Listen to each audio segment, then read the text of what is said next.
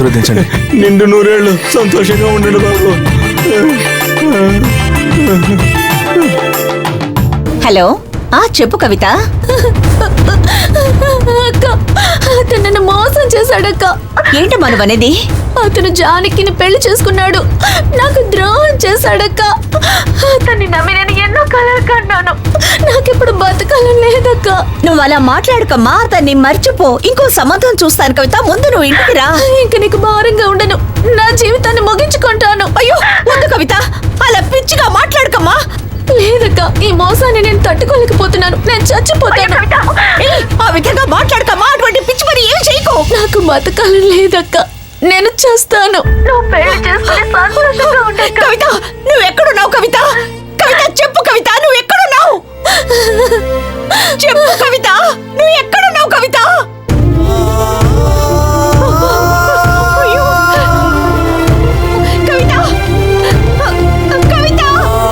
అక్క నేను క్షమించక్క, వచ్చే జన్మలో కూడా నీకు నేను చెల్లెలుగా పుట్టాలి.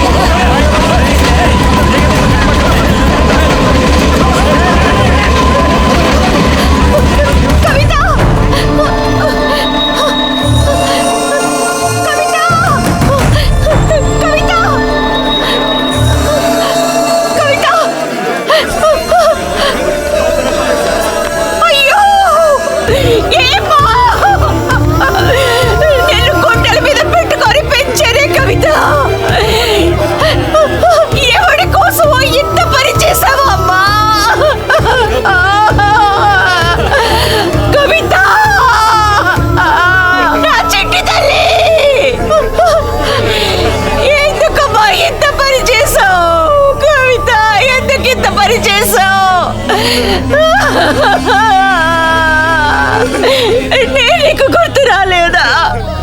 నన్ను వదిలిపెట్టి వెళ్ళిపోయావే.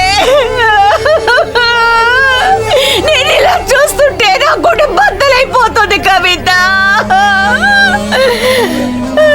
అయ్యో అమ్మా, వద్దు వద్దు అంటున్నాను, వెళ్ళలేదు కవిత. అయ్యో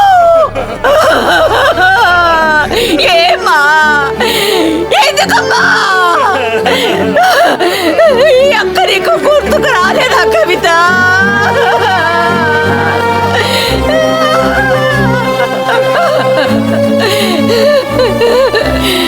నీకిటువంటి గతి పట్టించిన వాణ్ణి, వాడి కుటుంబాన్ని నాశనం చేయకుండా వదిలిపెట్టను.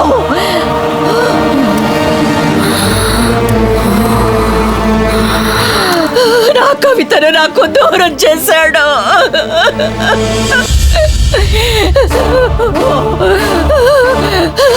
వాడి కుటుంబాన్ని నాశనం చేస్తాను కవిత.